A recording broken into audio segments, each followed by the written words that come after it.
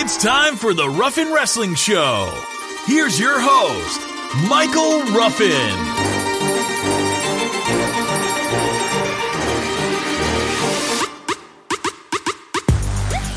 How's it going, everybody, and welcome to another episode of the Ruffin Wrestling Show. Ruffin hanging out with you here. I'm here to talk all about Hell in the Cell, which comes to us, of course, this Sunday from Boston, Massachusetts. And, of course, you can see that for on the WWE Network for $9.99, or if you are a noob subscriber, you can actually get it free. They actually put it out on Raw this week. If you join, I think between Monday Night Raw and on Hell in the Cell on Sunday, you actually got Hell in the Cell and Survivor Series both for free. So if you haven't tried out the network, I highly recommend it. It's great. The $9.99, it's worth it. Well worth it. NXT, pay-per-views, the original content's gotten really, really good. Plus all the Vault stuff, it's great. WWE, you can send your check to... No. Okay. But we're here to talk about Hell in the Cell. So we got a lot to talk about on this match there, on this pay-per-view. There are only 8 matches, including pre-show. So I'm expecting some of these matches to take quite a bit of time. So let's talk about these. The first two, or the first one at least, is a pre-show match. So let's talk about it first. Other than that, these may not be the correct order that these matches are going to go in. It might just be the order that I see them, that they should be happening. First up, we have a 6-man tag in the Cruiserweight division between Cedric Alexander, Lince Dorado, Sin Cara versus Tony Nese, Drew Gulak, and Arya Daivari? I'm not really sure. I was not very good about watching the Cruiserweight Classic. I watched it from time to time. It was just at a time where I was super busy and I couldn't really watch it, and then I just never went back and caught it. So I need to go back and watch the CWC so I can kind of catch up and really get to know these guys. Of course, I know that, I'm very familiar with like Cedric Alexander and Rich Swann, TJ Perkins, Brian Kendrick, guys like that. So, as for this match, I think it's going to be a great pre-show match. I don't have a dog in that fight. So for me, it really doesn't matter. Probably gonna go to Cedric Alexander, Sin Cara, and Lince Dorado, just because they're really gonna be trying to push Cedric Alexander in the Cruiserweight division, and I'm happy to see that Sin Cara is now put into the Cruiserweight division. I didn't know that he was 205 or under, so that's really cool that he's gonna be put into the Cruiserweight division. It kind of gives him something to do. Hopefully when Kalisto is back, they can maybe put him down there as well. Next up, let's keep it up with the Cruiserweights. Let's talk about TJ Perkins versus Brian Kendrick for the WWE Cruiserweight Championship. I think this will be a great match. Both of these guys have been doing some great stuff. Of course, we saw on Monday Night Raw a kind of silly backstage segment, kind of a cheap backstage segment, where Brian Kendrick was telling TJ Perkins, hey, look, man, I need this. If I don't win this, my career is pretty much over, and I got kids, which, way to steal the Heath Slater gimmick. I got kids. And what if he's trying to get an above the ground pool too? So for me, this one, that kind of, I don't want to say it ruined the whole match, but for me, it just kind of left me with a bad taste in my mouth going into the match. So for me, I'm just kind of not really invested in it.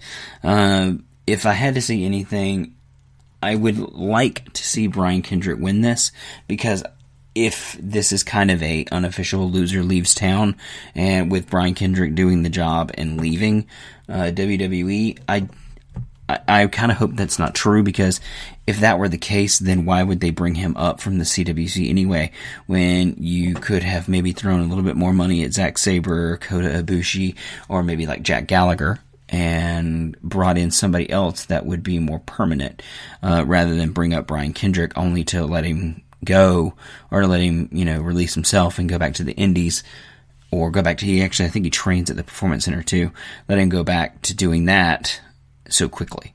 So for me, I think I think Brian Kendrick wins this, because I just, and like I said, I only say that because I just don't want to see Brian Kendrick go away this soon. I've been liking Brian Kendrick much more this time around than I did in his earlier career with WWE. I think he's got a great thing going on. That Captain's Hook submission looks amazing. I think that thing looks great. So I kind of hope to keep seeing the Brian Kendrick around on WWE for a while. So I'll call it Brian Kendrick walks out WWE Cruiserweight Champion. Next up, let's talk about Enzo Amore and Big Cass versus Luke Gallows and Carl Anderson.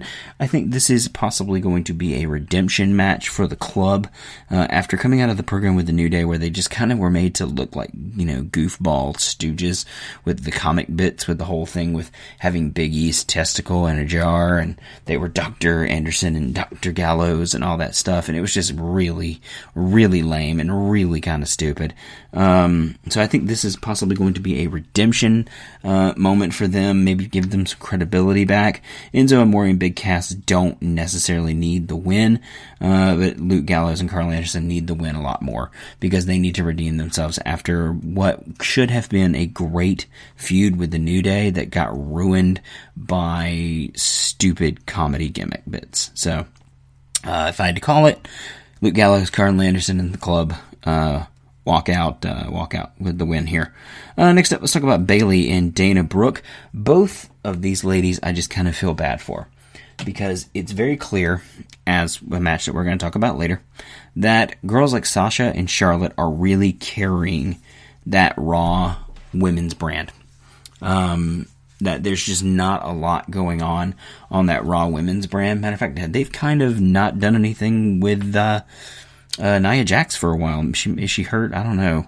I haven't seen her on Raw in a couple of weeks, so who knows? And I'm not sure if Emma is going to be on SmackDown or Raw. I think she's going to be on Raw, so that'll add a little bit more there. I don't really like what they're doing with her. I don't know if you've seen that whole, Emma Lena or whatever they're going to call her. I don't like that whole thing. I really liked the heel thing that Emma was doing. I thought that was great. But I think they're really trying to bill Charlotte and Dana Brooke as being the heels on Raw. So, I guess, it doesn't really matter to put another babyface in when you're trying to push two, pretty decent heels. I will say that Dana Brooke has gotten a lot better since she was in NXT. In NXT, it was very clear that she was a fitness competitor who wanted to become a wrestler. And she wasn't ready, and she was really rusty, and they put her on TV anyway. And it just didn't really, work for me. Bayley, sadly, I think everyone was anticipating this, and Bayley came in with a bar that was set way too high for her to clear. And she's just kind of gotten stale over the past couple months, or the past couple weeks, on Raw. And now she's in a match with Dana Brooke. I never thought I would see the day where a segment involving Bayley, everyone's favorite woman wrestler, where the crowd would openly chant that this is boring. So I hope that they can maybe try to save some of Bayley here. I'm really hoping Bayley comes out with the win here. With the way they've been building it, Smart Booking says that she will come out with the win, but you never can tell in Vinnie Mac's world. You really don't know what he's going to do. So we'll have to wait and see. I think Bayley walks out the winner here, but there's nothing on the line, so who knows. I just like Bayley, and I'd much prefer her to win that one. Let's move on to the Tag Team Championship match, or the Raw Tag Team Championship match between the New Day, which they have it listed here as Big E, Kofi Kingston, and or Xavier Woods, because there's three guys and any of them can fight at any time, so you don't really know. Normally the traditional tag team becomes Big E and Kofi, so with Xavier doing the bit with Francesca on the outside and really doing his part out there, so I would stick with that probably. But they're going up against Cesaro and Sheamus, the just most bizarre tag team ever. Of course, if you don't know what I'm talking about, they had their series of 7 that was supposed to end at Clash of Champions, and it ended with a no contest, and then Mick Foley put them together as a team because he thought it would help them learn how to work together better. Why? Because they just came out of a pretty big feud, and now you're going to try and team them up together. Very strange. And they've already been playing since essentially the first week that they're not going to make it as a team. So I seriously hope that they are not the ones to break New Day's streak when they're so close to breaking Demolition's streak.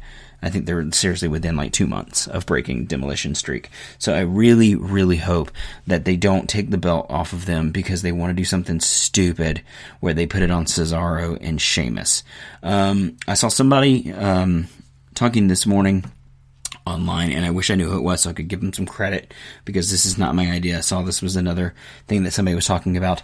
They think that this will be the last match between Cesaro and Sheamus as a tag team, and that they will, of course, and this finish makes sense. There will be some miscommunication on their side, and somebody will cost them the match, and the other one will turn on the other, and it will build up for them to have another match, probably at Survivor Series.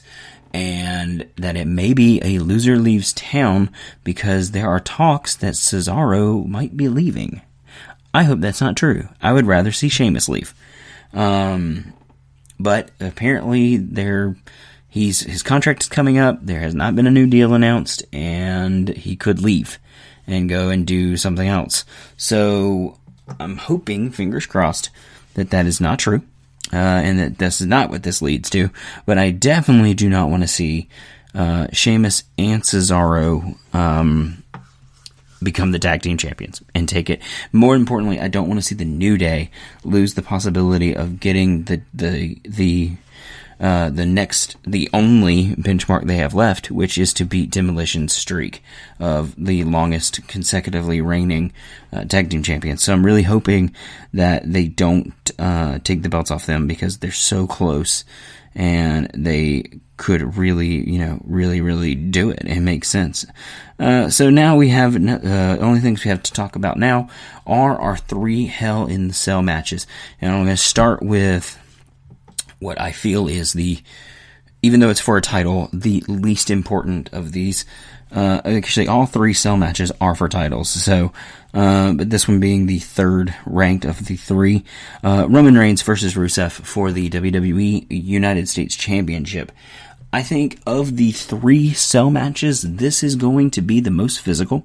This is going to be the most brutal. This is where we're going to see a traditional cell match happen, where we're going to see stairs, we're going to see chairs, tables, kendo sticks. We're going to see all sorts of stuff from under the ring. Someone will probably get thrown through the side. It's going to get crazy. Somebody might get busted open.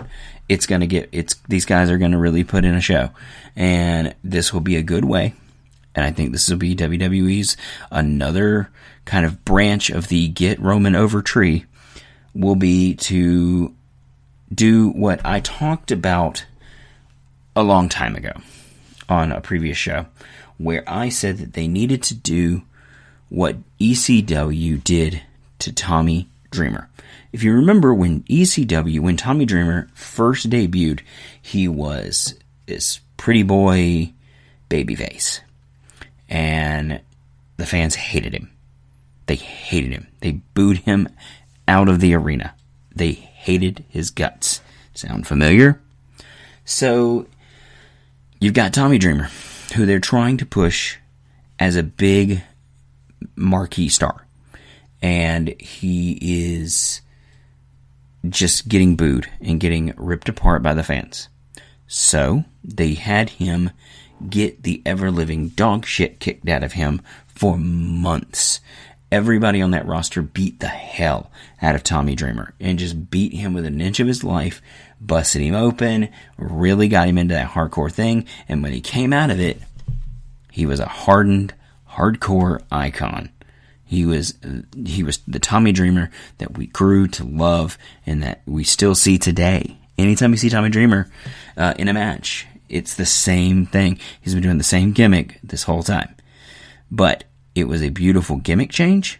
It was a beautiful character development. And the fans almost felt bad for him getting his ass kicked so much. So I said that that's what they needed to do with Roman. They needed to put Roman on a really, really ugly losing streak where he just got, guys would come out and, he would just have the most brutal matches, get his ass kicked, fight hard, but just never get a win. And then eventually you get the sympathy vote from the fans, and eventually then you can put him over by just kind of having him change and really be a hardened, more brutal star. And for me, that's what works with Roman. Maybe that's just me in my crazy head getting that idea out there. But to me, in my head, it makes sense. Maybe it just sounds like Looney Tunes, batshit crazy. But for me, it sounds great. It makes sense.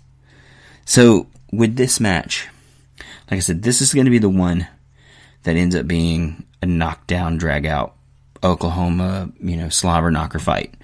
And honestly, I don't see Roman losing the title here.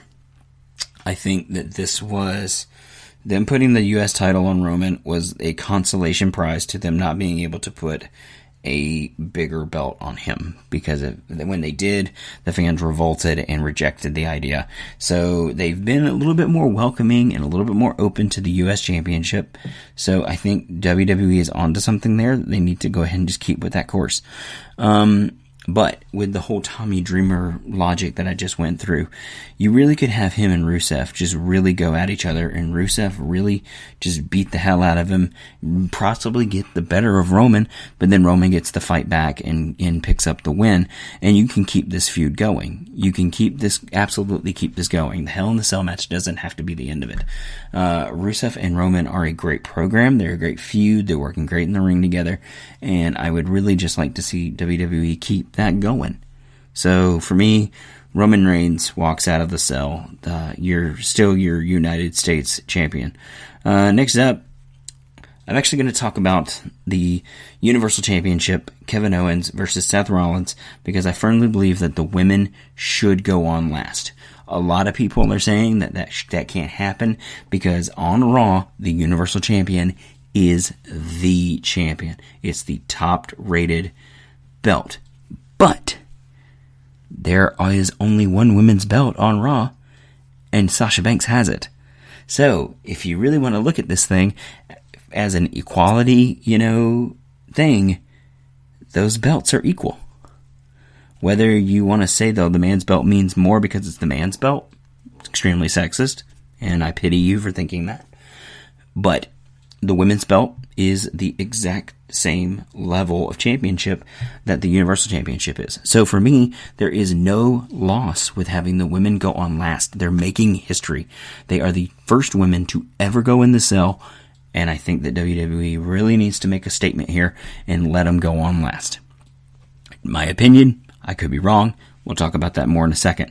But first, let's talk about the Universal Championship Hell in the Cell match between Kevin Owens and Seth Rollins. I'm expecting this to be a good fight. I'm expecting this to be a good match. Probably not too brutal. It could get that way. This one could go a lot of different ways. Where this one's going to get interesting is it's going to get interesting in the finish. Kevin Owens is a great champion. I've really been enjoying what he's been doing with the Universal Champion, and I think he is a great, and I don't even want to say he's a great placeholder champion, but he's a great champion right now to wait while Finn Balor repairs from surgery, gets better, recovers, and comes back. Hopefully by Royal Rumble, but definitely by Mania. And I think we're building towards a match between Finn Balor and Kevin Owens where Finn gets a chance to reclaim the title that he never lost, that he had to surrender a day after he got it. So I'm hoping that they'll kind of just run with Kevin Owens for a couple of months. It'd be less than 6 months, or it'd be around 6 months, because he got it back in September, or back in August, I think, actually. I'm not sure when SummerSlam was again. Probably late August, right? So he's had it since about late August or first week of September.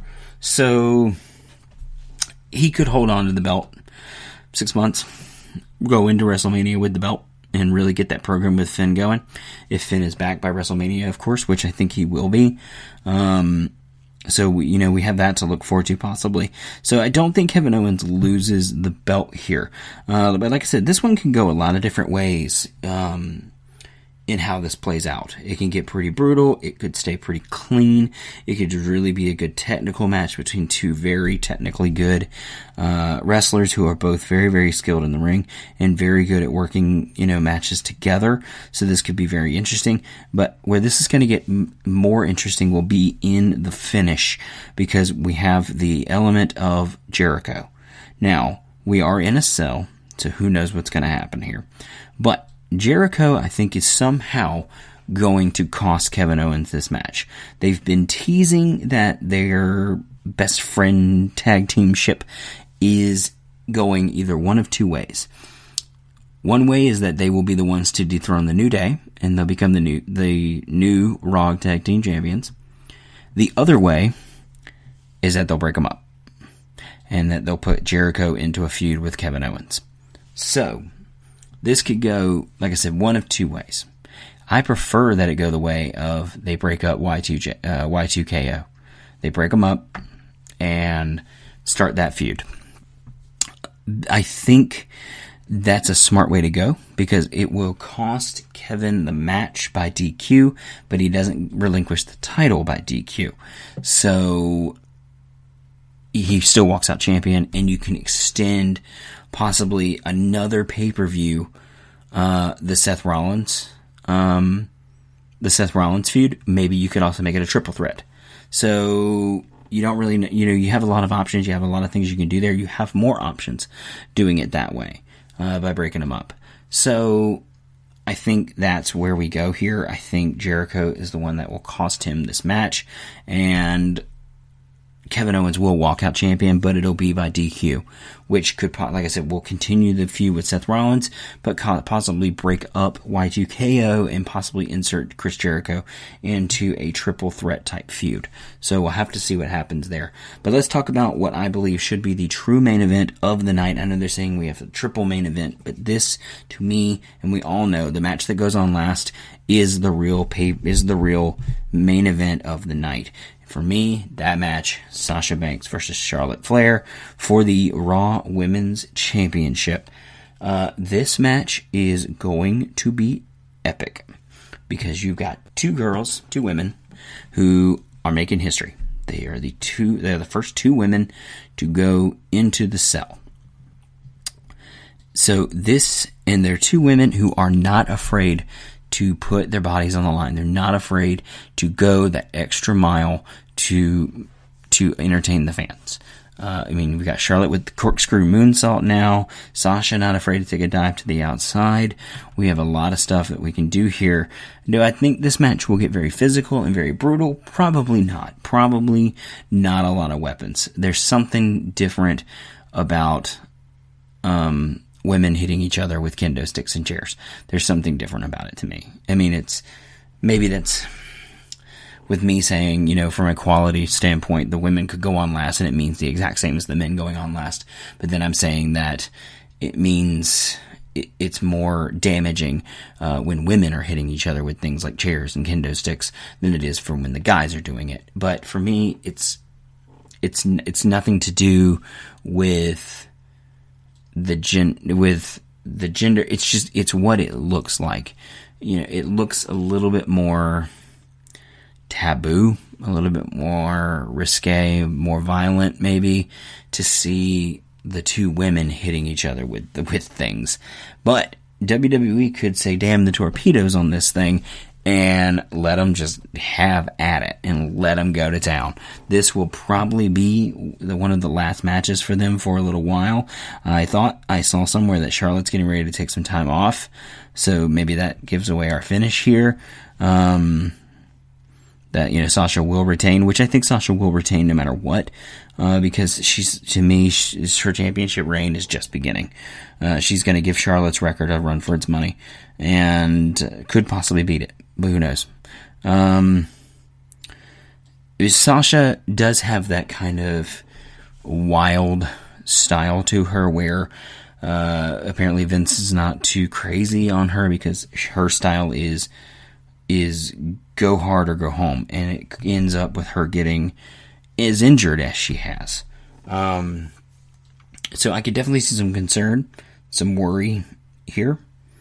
But I think Charlotte and Sasha, when the day is over, they do know how to protect each other. I know we had the incident at SummerSlam where Charlotte did drop Sasha. I think it was an accident. It wasn't on purpose. Things happen, Things happen all the time. Remember when Chris Jericho punched Shawn Michaels' wife in the face? It was an accident, but he totally hit a woman in the face on live pay-per-view.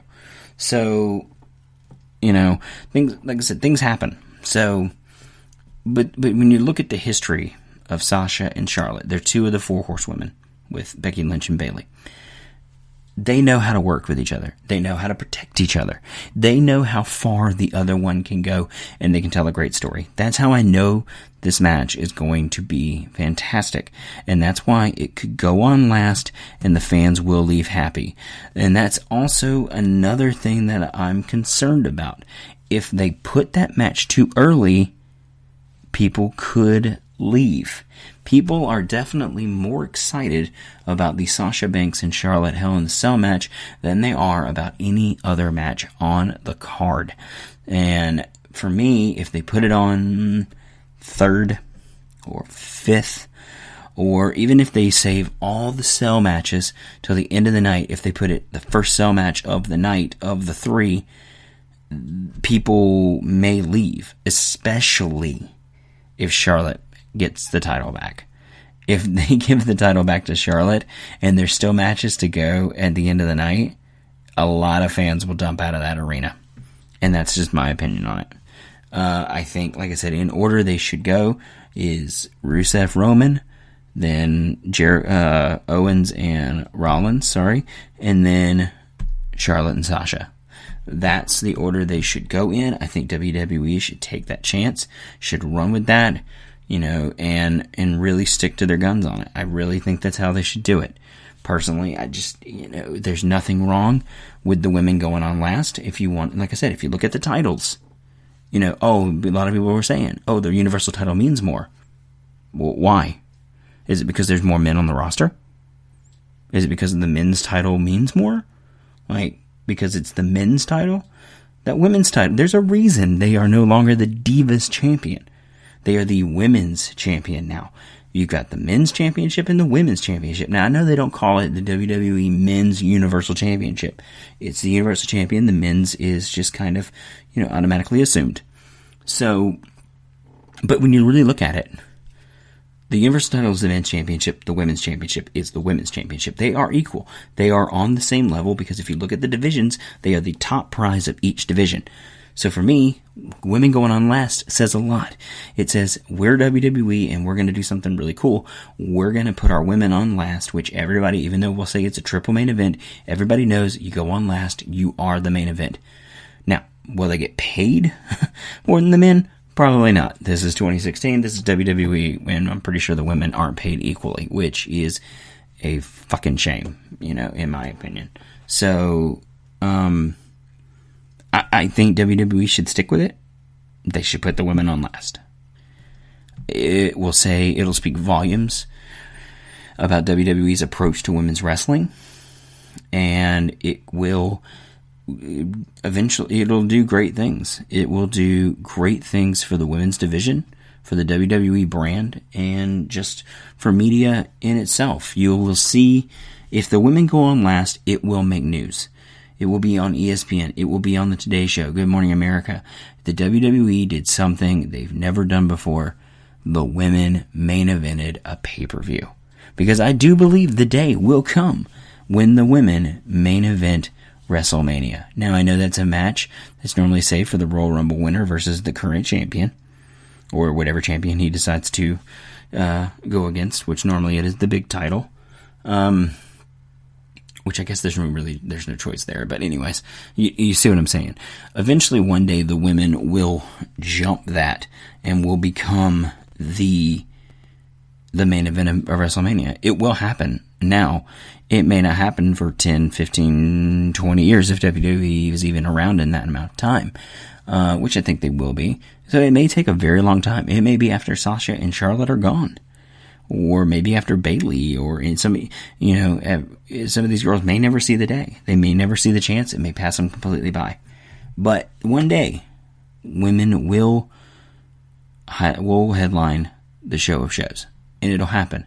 And I think the first big step towards that is giving the women the trust and the responsibility to main event a big pay-per-view for the year. And I think if two women can do it, it's Sasha Banks and Charlotte.